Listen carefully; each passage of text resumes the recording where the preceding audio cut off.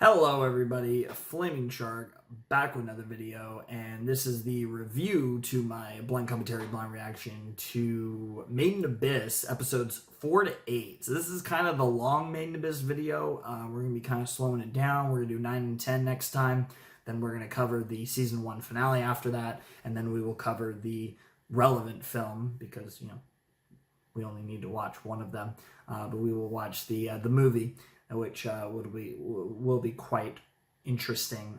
So we have 3 more sets, of course, of this show before we're caught up and ready for whatever, however many episodes we get next year in the 2022 Made in Abyss releases, assuming that does in fact happen.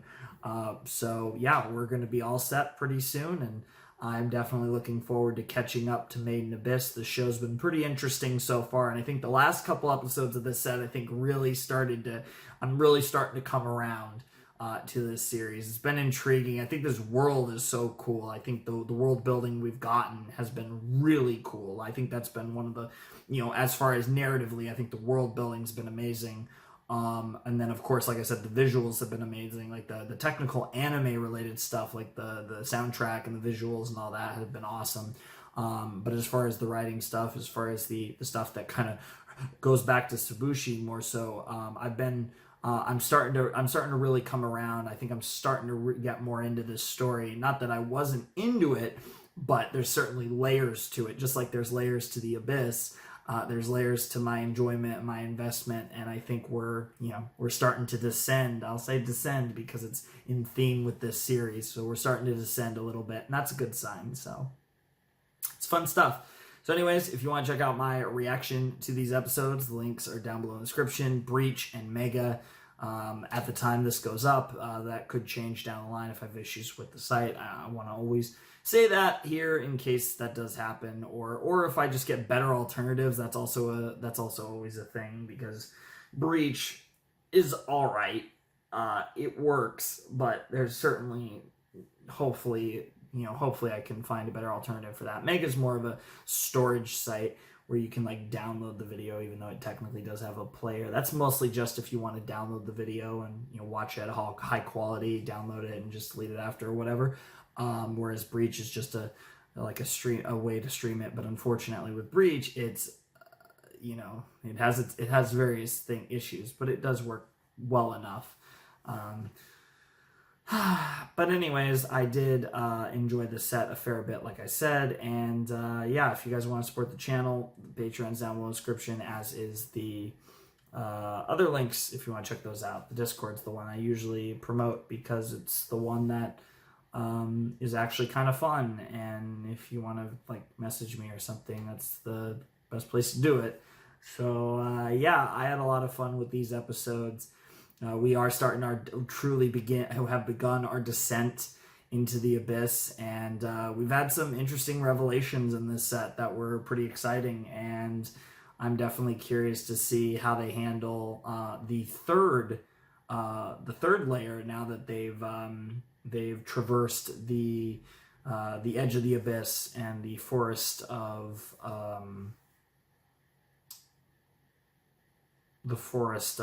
temptation, and the inverted forest, at the bottom of the forest of temptation and everything. So they've traversed the first 2 layers of the Abyss, so it's time to descend into the 3rd layer, the Great Fault, which will be some interesting stuff next time when we jump into more Made in Abyss, and that'll be, I don't know the specifics, but it'll be sometime after we've finished JoJo's Part 3, which is crazy to think about, that there's only one more video of JoJo's Part 3. That is freaking wild, and I am here for it because, I mean, it's awesome that we're that close, but it's wild to think about, really. But yeah, I'm definitely looking forward to that. I think it's going to be a lot of fun, and yeah, I'm really curious to see what the rest of Season 1 has in store. I know a friend of mine really likes Made in Abyss, like from this point onward. So I'm curious to see what goes down. And yeah, I honestly think like kind of like the last couple episodes of this set for me were really where it felt like this show picked up in a sense. And I'm hoping that that momentum carries through into the rest of the season, and then I'll probably be at a place where I'm like really excited for the movie, which is that's the hope.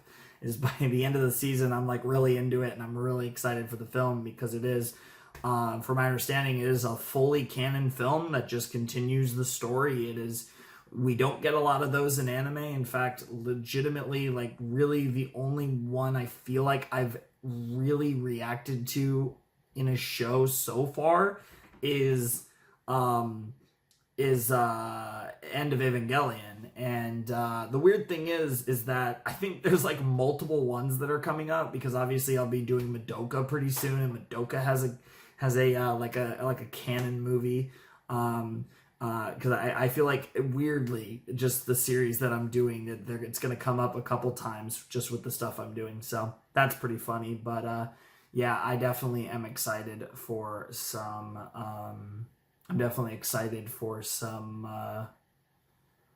What's it called? For some Made in Abyss, and I'm expecting by the time we finish the season and get to the movie, I'm going to be really hyped for a Made in Abyss film. I feel like this property just feels like a movie or a movie series. Like this property almost feels like naturally should be a film. Like I'm just watching it, and there's a lot of things about it that gives me kind of Ghibli vibes, and there's certain things that obviously don't, like the fact that fucking kids are getting bitch slapped and bleeding all over the place, and like fucking corpses and stuff. Like it's a little dark for Ghibli. Well, I mean, Grave of the Fireflies happened, but you know, that was a long time ago as well. Like there's a few things that are like a bit of warning flags. Like yeah, maybe this isn't Ghibli material, but there's a lot of this gives me Ghibli film vibes, and that's a good thing. And the animation, like I said, is great. I was about to say Cinema Circus. Cinema Citrus has done a really good job with this series, so I'm impressed with that. Like I said, this is my first exposure to this animation studio, and I am a big fan based on what I'm seeing in Made in Abyss. And the soundtrack, you know, Kevin Pankin is clutching out that soundtrack. I want to say it's the first one of his that I've reacted to, even though I'm familiar with the artist. I don't think I've run into one of his soundtracks, if I'm not mistaken, before, and I'm really impressed by it. It has a very unique feel to it that feels like Made in Abyss. From the outset, the soundtrack, not only does it set a mood, but it matches the series, the tone, everything about the series. Like the animation, the art style, and the soundtrack all perfectly, at least in my opinion, perfectly mesh with what the series is. So I feel like the content of the series is matched so well by the way the anime looks and feels and sounds. And I think that's something that I don't really talk about. And part of the reason I don't talk about it is either because it's usually because it, you know, if it's natural or it's just not something I think of. But I feel like it's really emphasized for me here that everything about the series just feels right as far as the technical aspects. It all feels like it matches the content and the substance of what Made in Abyss is, based on what I've seen. So that's something that I think is really impressive. So, you know, big shout outs to the animation studio and all the other people that were involved in the technical aspects of this show, because I think it's on point. Honestly, probably one of the better ones I've ever seen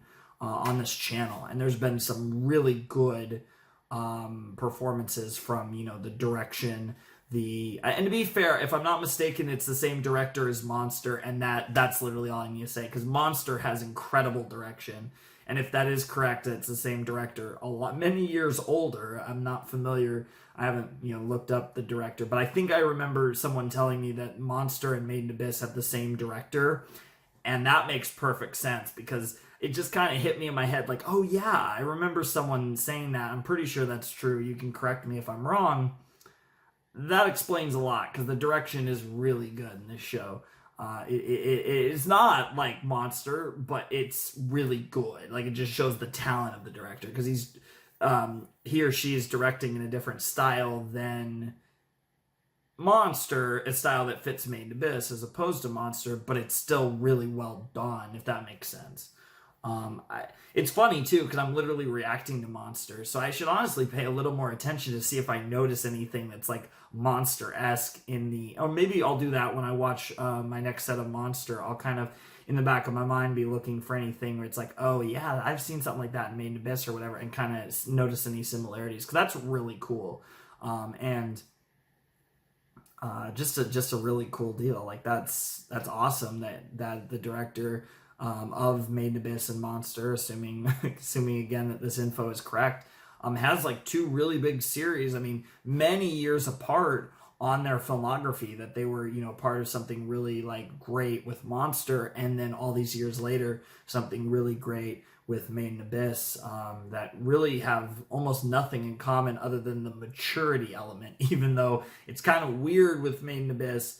But it is pretty clear that this is meant to be a series for adults, even though it is very much color coded in a different light. And that is actually an aesthetic I like. I do like series that are kind of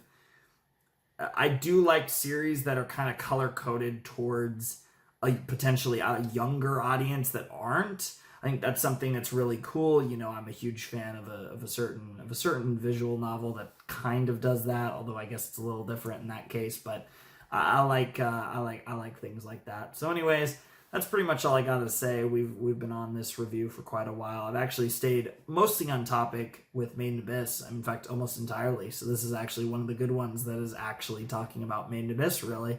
But anyways, that's all I got to say. So without any further ado, it's time for me to bid you adieu. Flaming Shark signing out. Hope you guys have a wonderful, fantastical day. And I'll see you next time with another video. Thanks for watching. Peace.